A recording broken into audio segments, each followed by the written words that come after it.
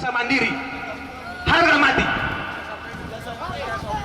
Dan saya berharap kepada semua teman. Kurang lebih 100 massa dari Koperasi Tenaga Kerja Bongkar Muat Tunas Bangsa Mandiri melakukan aksi demonstrasi di kantor Kesabandaraan Otoritas Pelabuhan Kelas 2 Kendari.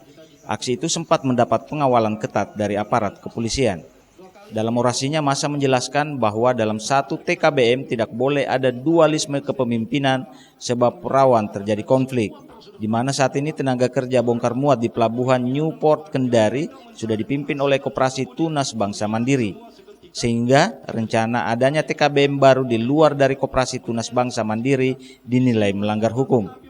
Aksi demonstrasi dilakukan setelah adanya surat yang dikeluarkan PT Pelindo Cabang Kendari tentang surat perintah kerja untuk TKBM Karya Bahari untuk bekerja di Terminal Peti Kemas Kendari Newport.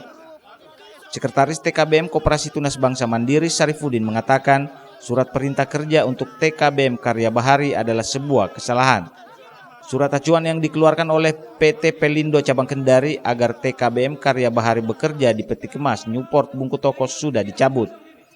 Sebelumnya dari rapat dengar pendapat di DPRD Provinsi Sultra diputuskan untuk pembagian tenaga kerja 70 dan 30, namun putusan itu sudah dicabut oleh KSOP Kelas 2A Kendari. Dasar hukum Koperasi TKBM Tunas Bangsa Mandiri Bungkutoko yaitu Peraturan Menteri Perhubungan RI nomor 77 tahun 2020 di mana kantor unit penyelenggaraan pelabuhan kelas 2 dalam wilayah kerjanya domisili di Bungkutoko.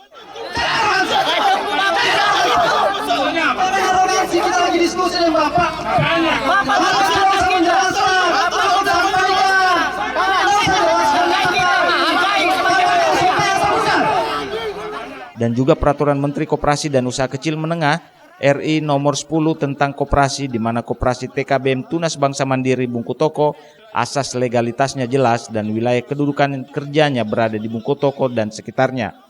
Sehingga selain Koperasi Tunas Bangsa Mandiri sebagai TKBM untuk bekerja dalam wilayah pelabuhan tidak diperbolehkan.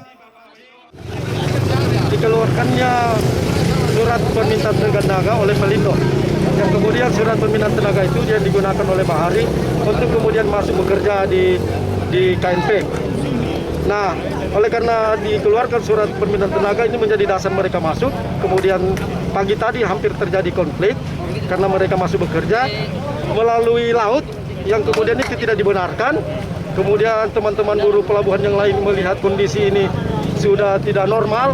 Kemudian spontanitas dari teman-teman itu mendatangi, kemudian dievakuasi keluar dari pelabuhan sehingga bisa terhindar konflik. Silvian Sakia, Kompas TV Kendari, Sulawesi Tenggara.